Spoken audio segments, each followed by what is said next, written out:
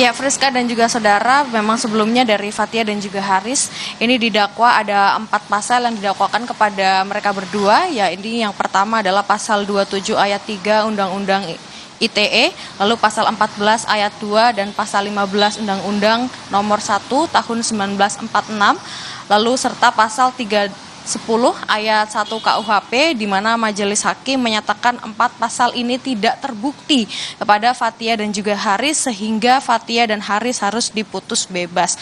Artinya memang untuk saat ini, maksud saya tadi pada tanggal 8,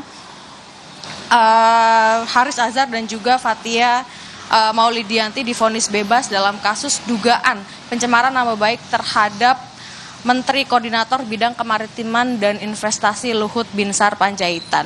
Nah, Majelis Hakim Pengadilan Negeri Jakarta Timur ini menyatakan bahwa dugaan tersebut tidak terbukti terhadap Haris Azhar secara sah, termasuk juga kepada Fathia Maulidiyanti ini juga tidak terbukti secara sah, sehingga dinyatakan tidak terbukti dan hakim membebaskan keduanya.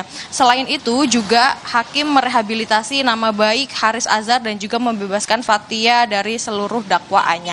Nah, kalau kita melihat kelas balik dari kasus ini yang bermula pada saat Luhut Binsar Panjaitan ini melaporkan Fathia dan juga Haris Azhar ini ke Polda Metro Jaya setelah keduanya membahas konten dengan judul "Ada Lord Luhut di balik relasi ekonomi OS Militer Intan Jaya, Jenderal Bin juga ada." Nah, ini yang ditayangkan di kanal YouTube-nya Haris Azhar pada tanggal 20 Agustus 2021. Setidaknya ada beberapa kalimat yang membuat Luhut ini geram, seperti Fathia yang menyebut bahwa ada PT Tobakom Del Mandiri, di mana ini merupakan anak usaha Toba Sejahtera Group, dan ikut bermain bisnis di tambang di Papua di Blok Wibu.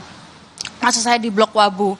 Perusahaan itu disebut sebagai anak usaha Toba Sejahtera Group, perusahaan yang dibesut oleh Luhut. Nah, ini yang membuat Luhut pada saat itu melaporkan keduanya ke Polda Metro Jaya. Memang sebelumnya Luhut sempat mengatakan bahwa sudah berbicara dengan Haris Azhar agar bisa meminta maaf begitu atau menyelesaikan kasus ini secara kekeluargaan. Tapi memang tidak digubris oleh Haris Azhar, dan Haris Azhar menginginkan agar kasus ini tetap dinaikkan ke meja hijau. Dan setelah 32 kali persidangan, akhirnya Haris Azhar dan juga Fathia Maulidiyanti divonis bebas atas kasus ini. Kembali ke Anda, Friska.